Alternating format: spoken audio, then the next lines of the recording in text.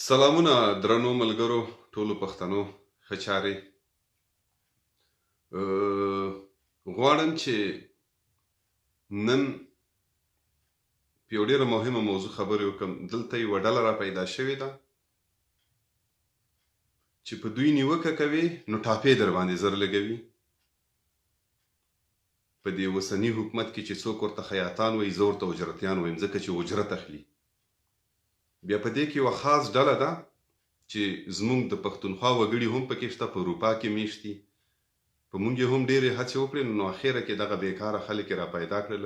دوی څه کوي؟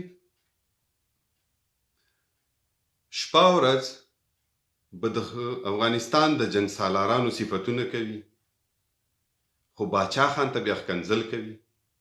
حتی هغه فخر افغان لقب چې ورکړی هغه هم په دوی بد لګي.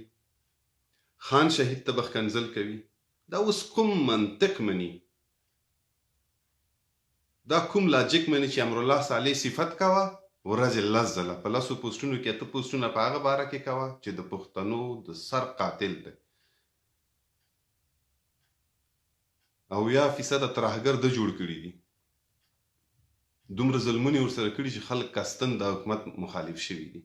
هغه راځي هغه راتاتل کوي، خو باچا خان ته ښکنځل کوي، خان شهید ته ښکنځل کوي. بیا راځي امیر عبدالرحمن را باندې اتل کوي. خیر دی که وطن یې خرڅ کړی دی. یو بل شی دی پکې چې په افغانستان کې په کوم چارواکي نیوکه وکړي، درز درته وایي ولې نفرت خپروي په لر او بر کې. ښه، بد ته بد ویل نفرت خپرول دي؟ دا چې شپه ورځ لګیا د مونږ ګلخانانو ته کنځلې کوي، نو هغه آیا نفرت خپرول نه دي؟ نه، ځکه چې هغه بد دي، ناپوهه دي، دوی پسې لګېږي ښه کوي.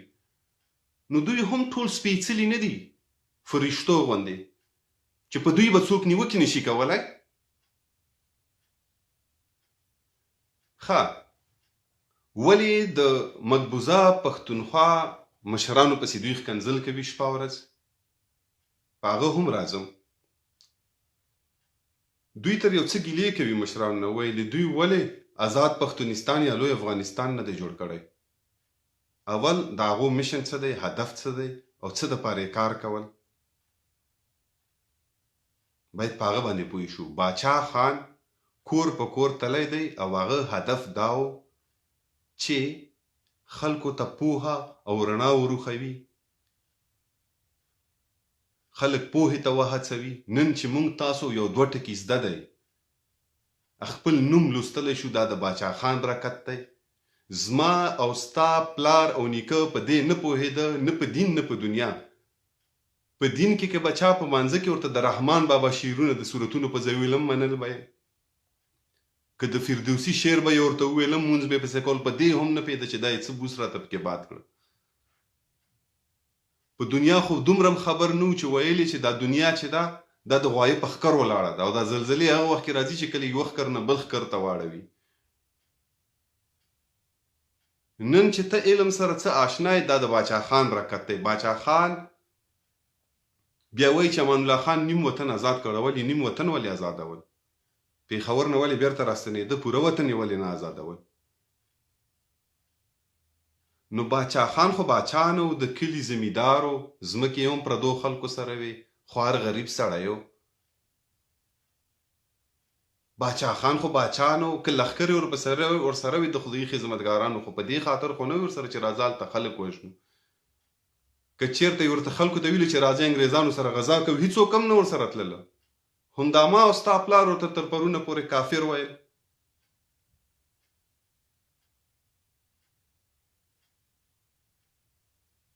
بل ناست دي په یورپ کې، د ارګ نه پیسې ورته ور روانې دي، او لیا شنه شنه باغونه ورته ورښودلي دي. یو څو کسان دي چې ورګې پښتونستان مومنټ درته جوړوو او څه شی درته جوړوو، او انډیا ته هم لیږو. نه پوهېږم خو څه په شنه باغو کې رئیسار کړي دي، خو زه په خبر یم چې صرف یوز کوي یې. دلته یې ډېر یوز کړه.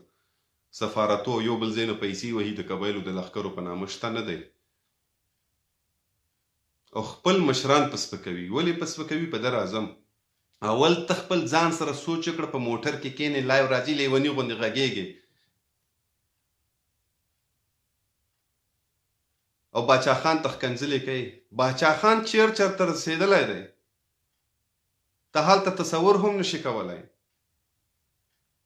موږ د یو ملګري واده و هرات ته لاړو، یو 2 کلیوال نور هم راسره. اسلام کلا سره ایران په سرحد باندې نږدې، یو د سړک هغې غاړې کله یو دې خوا غاړې کله و، هغه یو پښتو ویله بل نه ویله. مالې ولې ویلې باچا خان دلته راغلی و، موږ ته بیا څوک نه دي راغلي او موږ یې خپلې ژبې ته وهڅولو.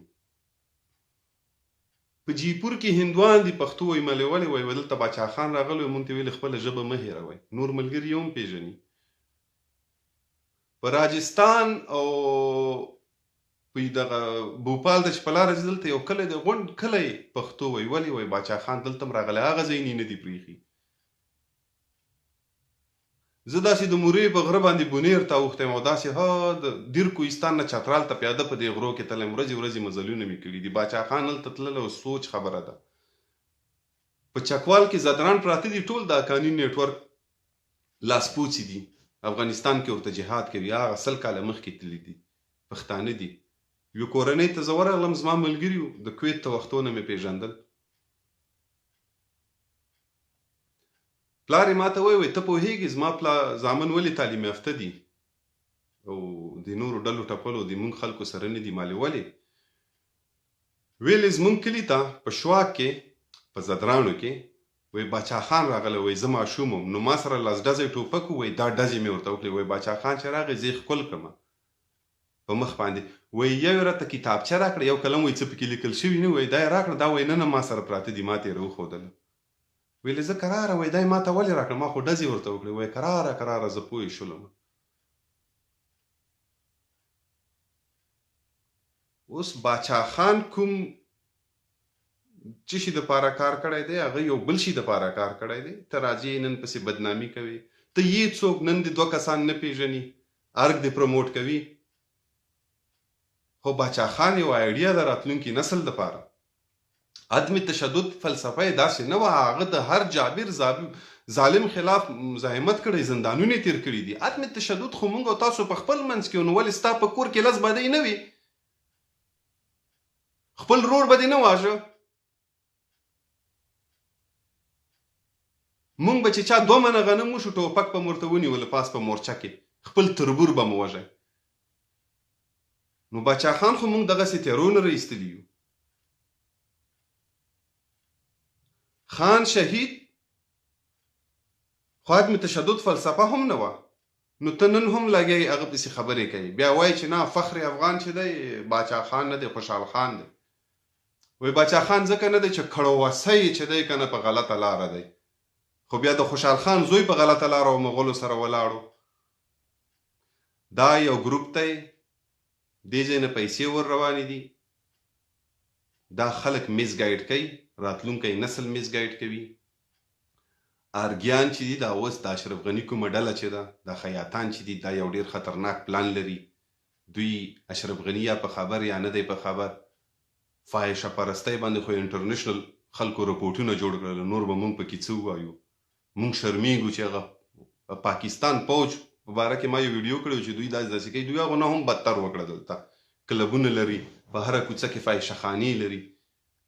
دوی اوس پلان لري چې اشرف غني نه پس یو بل کس رامخې ته کړي چې هغه فعلا په دې حکومت کې په غټو چوکیو باندې ناکام دي، فیل دي. غواړي هغه دپاره کمپاین وکړي، غواړي چې په پښتونخوا کې هم د هغه ملاتړي پیدا کړي چې په ریجن کې په دوی باندې پریشر نه وي، هلته دوی یو پاور ولري. غواړي چې دوی کوم هغه اصلي مبارزین چې دي، هغه اصلي خلک چې دا ذهن نه وباسي، دروغ او افسانوي خیالات ورته ورکوي. اوس امیر عبدالرحمن وطن خرڅ کړی دی، خلک په برطانیه کې شته، ورشئ میوزیم ته که نه، تاسو ډیورن معاهده راوباسئ چې خرڅه کړې ده که نه. اوس راځي امیر عبدالرحمن ناتل جوړوي، هغه نه باچا خان نه راته صفر جوړوي. دا ډېر خطرناک خلک دي. بیا په خپله مستعار نوم باندې راځي، مونږ ته وایي چې دا داسې دي او نه پوهېږو چې دا کوم ځای دي او مشکوک دي او څه دي او څه دي. مونږ خو ورور مشکوک نه یو، خلکو ته ښکاره یو. خو چې په پاکستان باندې نیوکې کوو، په هغه ځای خلکو باندې نیوکې کوو چې هغه در سره بد یادو، بیا ښه خلک یو. خو چې ستا په خښتک کې ستا ته سوري درښوي بیا بد خلک یو. اول به ځان سمو، اول به خپل کور سمو، بیا به پردي ته ګوته نیسو. موږ هم بد کړي چې اول مو پردو ته ګوتې نیولې دي.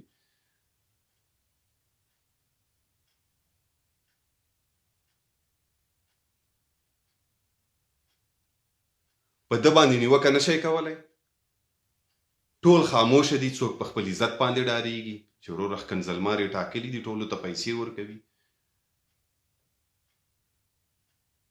پښتونخوا مبارزین، سپېڅلي مبارزین وروره 10 کلدارې به یې راوخیستې، پارټۍ په صندوق کې به یې چانده اچوله، مبارزه به یې کوله، زړه نه به یې کوله، خپل وس نه به یې زیاته کوله. وروره اوس یې هلته هم ځینې خلک مارلي دي چې په هره طریقه دي، هر لالچ یې ورکړی دی ورته. وروره پښتونخوا خلکو امرالله صالح سره څه یا اسدالله خالد سره هغه ته هلته زنده‌باد وایي او خپل باچا خان په ښکنځي. تا خدای دا کوم لاجک، دا کوم منطق مني؟ وروره داسې خلکو مخه نیول پکار دي، پسې راوچت شئ، دا خلکو ته غلطه رویه ورکوي. تر هغه پورې نجات نشو موندلی چې څو پورې موږ خپلو ښو ته ښه ونه وایو، بدو ته بد ونه وایو.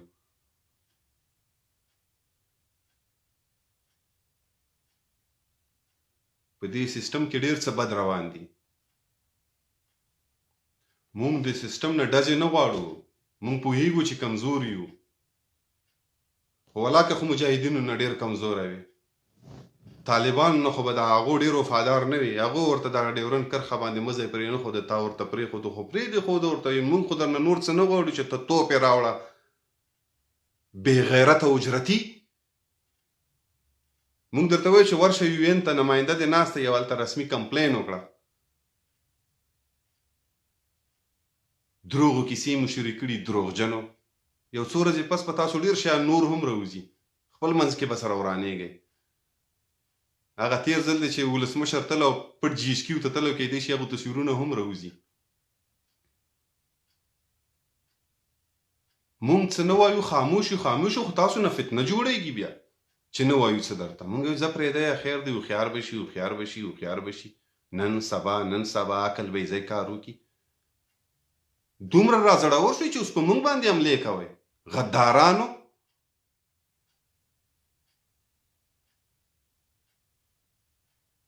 د 2 روپو په خاطر، په واړه شهرت په خاطر. او نه پوهېږم یو کوم دی په یوټیوب کې کوم چینل جوړ کړی، یو 2-3 زره سبسکرایبر لري چې ګلپاڼې یوه سندره ورواچوي دومره سبسکرایبر پیدا کېږي. نه پوهېږم خدای یې ځانه جوړ کړی دی. اوس راځي په موږ ټاپې او فتوې لګوي. دا د خیاطانو د ډلو هغه ویل اول ما فکر داسې کوله، اوس زه به ته یې څوک، ته یې څه شی، د کوم باغ مولی، په خپل باغ کې اوسېږه.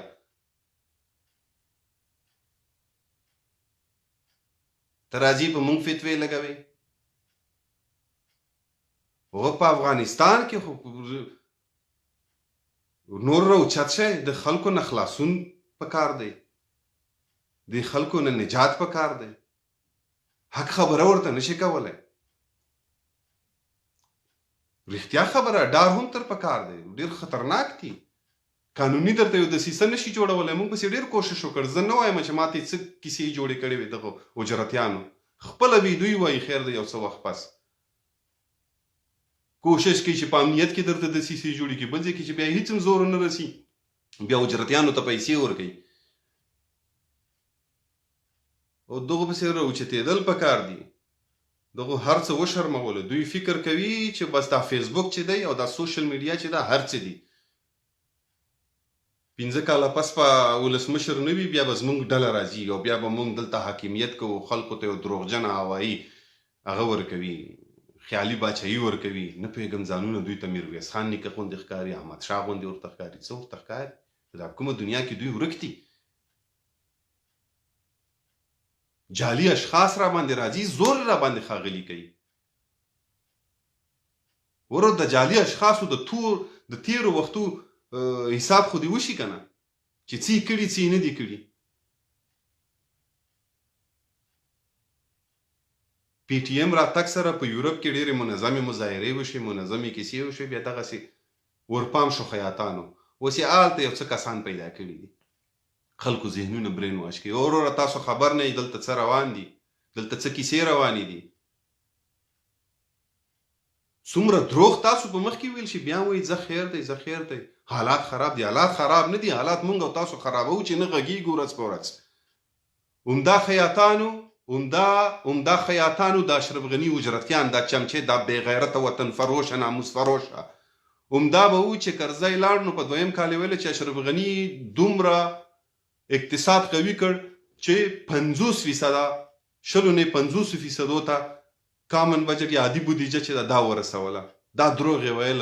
انتخاباتو په ورځ چې په طلوع نیوز کې اشرف غني نه انټرویو کیږي، ورته چې موږ څومره عادي بودیجه لرو، دی ورته وایي چې دومره 100 میلیونه، ورته دا خو دومره فیصد جوړیږي، 60% جوړیږي. هغه ورته چې هو 60%. ولې وطن ته دروغ وایي؟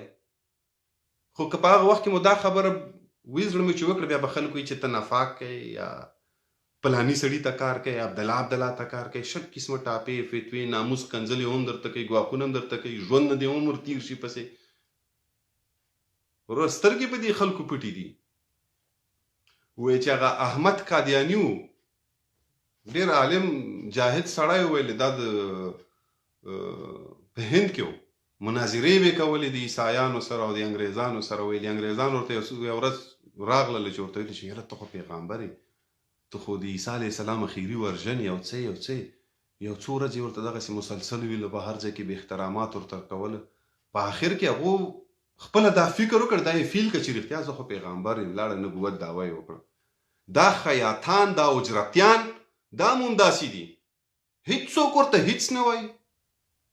وروره خیر دی، راشه لږ ښکنځلې او دا په ځان ومنئ، نور پسې راوچت شئ. اوس دوی دا فکر کوي چې رښتیا هم دوی په حق دي.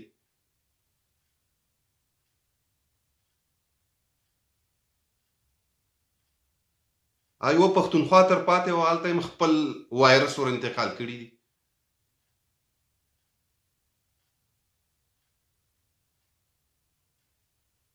خان شهید پسې به ښکنځلې کوي، باچا خان پسې به ښکنځلې کوي، که بل دلته تکړه سړی په افغانستان کې څوک راشي هغه ته به ښکنځلې کوي.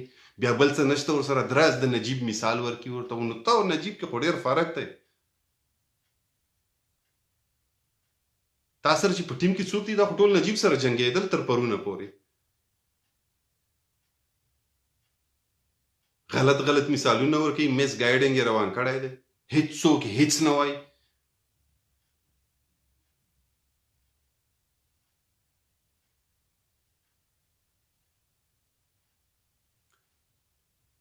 دې خلکو پسې راوچت شئ، دې خلکو پسې حق ووایئ، دروغ پسې مه وایئ. دوی دا څه روان کړي دي؟ دا څه لنډغر ته به سلام وکړي، جنګ سالار ته به سلام وکړي. دوی خو داسې کیسې روان کړي. اوس مذهب د هر چا خپل کار صحیح دی چې په مذهب کې به درته اجازه نه وي. خو دا خو پښتو هم در سره نه مني، افغانیت هم در سره نه مني.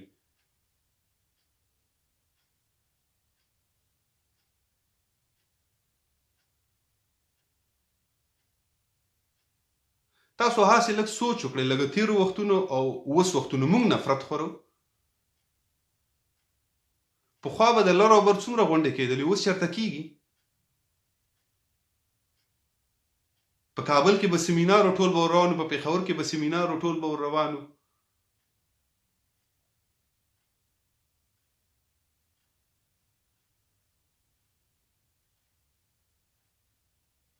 ورور لږ هوښیار شئ، لږ فکر وکئ. موږ نفرت نه خورو، حقیقت درته وایو چې دا سر مو په پرې کوئ کنځلې دا خو کوئ.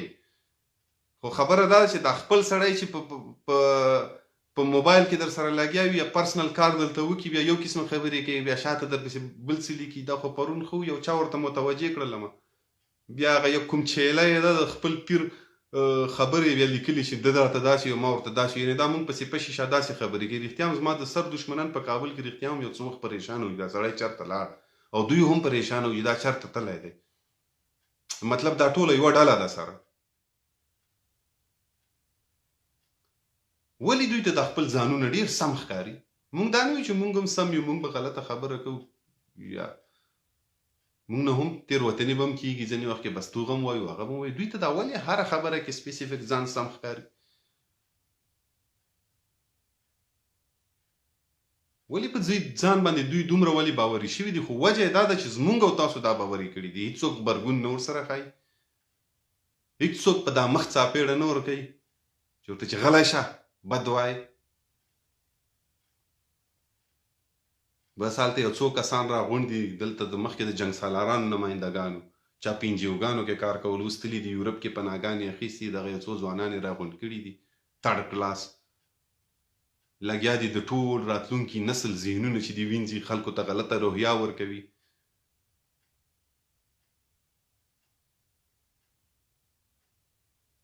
داسې خلکو خلاف روچتېدل پکار دي. صحیح ده چې ډېر پلویان نن سبا د دوی کریز ډېر روان دی، پیسې مصرفوي، کیسې مصرفوي، دروغ رښتیا خلکو ته وایي، ولس ته چې رښتیا راځي ډېرې کیسې به کلي به وران شوي وي په منځ کې. خو دا څوک چې هوښیار دي، دا څوک چې پوه شوي دي، دوی ته پکار دي چې روچت شي او هر یو کس ته په خوله باندې داسې ځواب ورکړي، داسې څاپېړه په مخ باندې ورکړي. درانه ښاغلي استادان یې اخیستي دي، قلم یې خرڅ کړی دی، ایمان یې خرڅ کړی، ضمیر یې خرڅ کړی، وجدان یې خرڅ کړی دی. ډېر بد حالات دی. ګوره په ملکو باندې ډېر سخت ناورینونه راشي، جنګونه راشي، غضابونه په راشي، خو هغه خپل کوم انټلیکچوالز چې دي یا کوم روشن فکره طبقه چې ده، کوم پوهان خلک چې دا وساتي او تر څو پورې چې دا وي دوی حوصله او ډاډ په ځای باندې وي. مونږ خو د روشن فکر طبقه خرڅه شوې ده، یو پوسټ دپاره، یو څو روپو دپاره. ځینې خلک په پیسې میسې هم نه اخلي، لګیا دي خپل نوم په خاطر باندې چې نن سبا رورنو د خیاطانو بازار دی، ورځنو چې ډېره لایکونه واخلي او ډېرې کیسې واخلي. پرېږده یاره،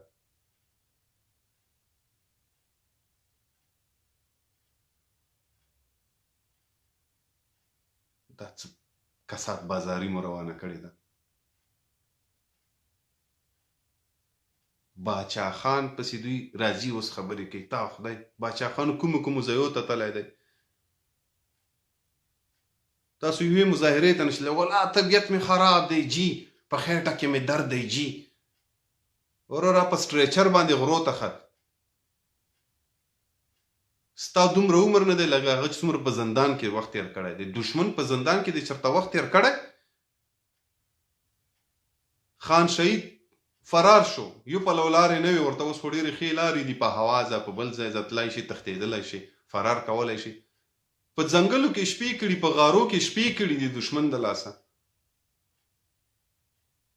مزل یې کړی دی. مونږ هم صحیح د نه پوهېدلو په یو وخت کې دغه ګیلې زمونږ سره وي، خو مونږ خو داسې نه دي پروجیکټ کړي چې ټولې دنیا ته مو ویلي دي.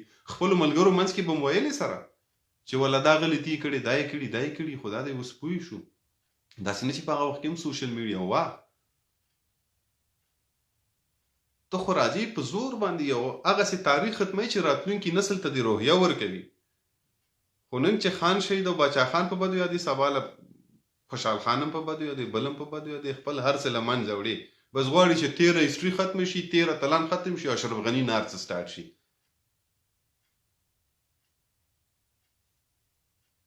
یوه خبره واورئ، رښتیا نه پټېږي. دا چې هر څومره تاسو پریس کړئ والا کې پټ کړئ.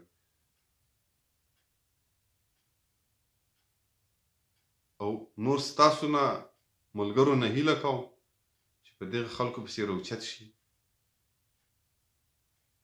دا خلک او ډېر عجیبه خلک دي. یو څو ورځې مخکې زه چې نوی نوی افغانستان نه وتم، دوی پریشانه وو، دوی به ما ته میسجې کولې د دغه ګروپ خلکو، ته داسې او ته خاین او ته داسې. ما نه هغه وخت کې مې نه پوسټونه کوله، نه مې لایف راتلم. بیا به ما ته ویله چې تم د داود غوندې لیونی ملګری یې او داسې او هغسې. داود خټک پې یادول، ته د هغه ملګری او هغه په څېر یې. څه به 2 ګنټې پس مې راپسې پوسټ کړی، ویلې داود خټک دوره کړی دی، د سره چې ملګرتیا شوې ده دا حواله کړی، دا ایجنټ دی. ته داسې دوه مخې خلک دي حرامیان.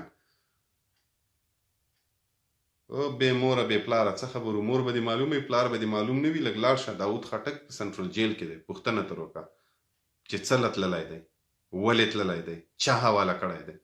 د پېښور په سنټرل جیل کې دی، 1.5 کال ادارو سره ښې وهلی، ډبولی، غربولی دی.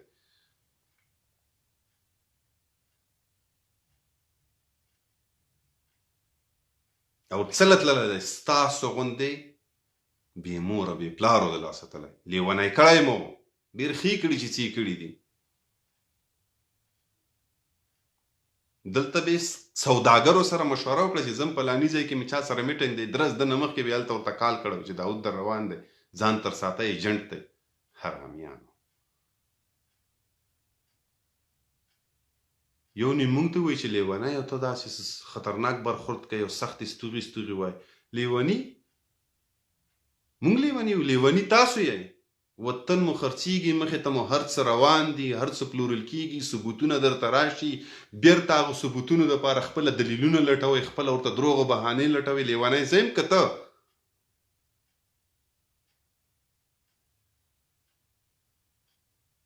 په لرو بر کې وایي نفاق اچئ په لرو بر کې په دې نفاق نه راځي لرو بر کې په دې نفاق راځي چې ته بوتل راولي او ورته وایي چې دا تل دی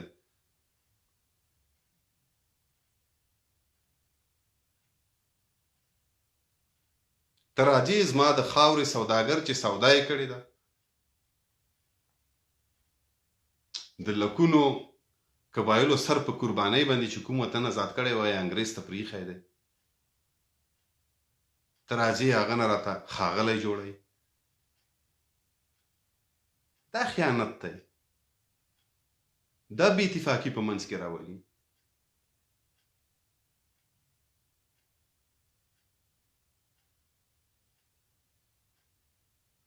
ملګرو تکړه شئ دغسې خلکو ته نور ځواب ورکړئ دا خلک ډېر خطرناک خلک دي که په دې هم ونه شوه دغو اړې تصویرونه درته راښایم دغو د پارټیو تصویرونه به راوځي د دغو ویډیوګانې به هلته راوځي اوس پوه شوې څه وخت مخکې په فیسبوک کې یو ویډیو راوتلې هم وه چې دا ټول ښاغلي ورته ناست دي او په نشه کې مست دی د پوهنتون جونې ورته ګډېږي او بیا ورکه شوله یو دم دغو حیثیت بس همدومره دی دا همدومره خلک دي دا باقاعده بانډونه لري په یونیورسټیو په پوهنتونونو کې کسان دي خاص کر په امریکن کابل یونیورسټي کې خټو غټو کورنیو ښېښې کورنیو نجونې ټارګېټ کړي وي هغو ته ډرګز ورکوي داسې ډرګز چې هم بازار کې نه پیدا کېږي مخته یې کړي بیا مجبور چې دوی ته راځي بیا دوی غلط استعمالوي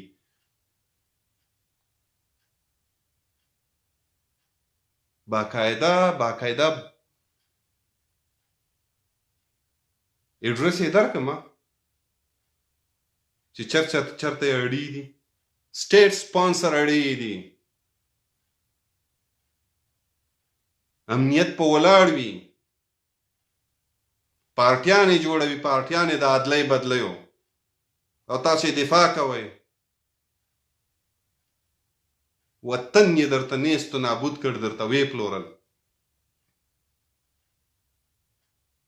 په تورخام کې یو وختو کې یو ګیټ جوړېده مجاهدینو قهار باچا به ورته ویل د ظاهر قدیر کوماندانو کرزي ورته اړ ورکړ درس ششپا یې پسې ورولېږل ګیټ یې ته راکش کړ هغو نه چا نشو جوړولی په دومره کمزورو حالاتو کې نور وطن پلورل څه شی وي د وطن د ناموس سودا نوره څه شی وي په خپله ویاړ باندې وایي پاکستان مو انزوا سره مخامخ کړ بیا ولسمشر راځي وایي له پاکستان سره مونږ تجارت دومره بلیونه ډالره زیات شو بس مړه تاسو کې شرم نشته ولسه بیدار شئ او دغو خلکو ته په مخ څاپېړه ورکئ کې نظام چور ختموي د منځه موړي په ډېرو به ما خبرې بدې لګېدلي خو شپږ میاشتې پس به په خپله پښیمانئ دوی حقیقت به ورته راڅرګند شي مونږ یې نه راڅرګندوو دا خپله حاسدان فاسدان دي دا به خپله یو بل منځ کې ورانېږي سره خپله به د یو ثبوتونه بل ته ورکوي د بل ثبوتونه به بل ته ورکوي لکه ډېر چې مارکېټ ته اوس راغله دغه ورځ زه په سترګو باندې وینم خدای په امان ډېره مننه په چا څه خبرې بدې لګېدلي وي بښنه کوئ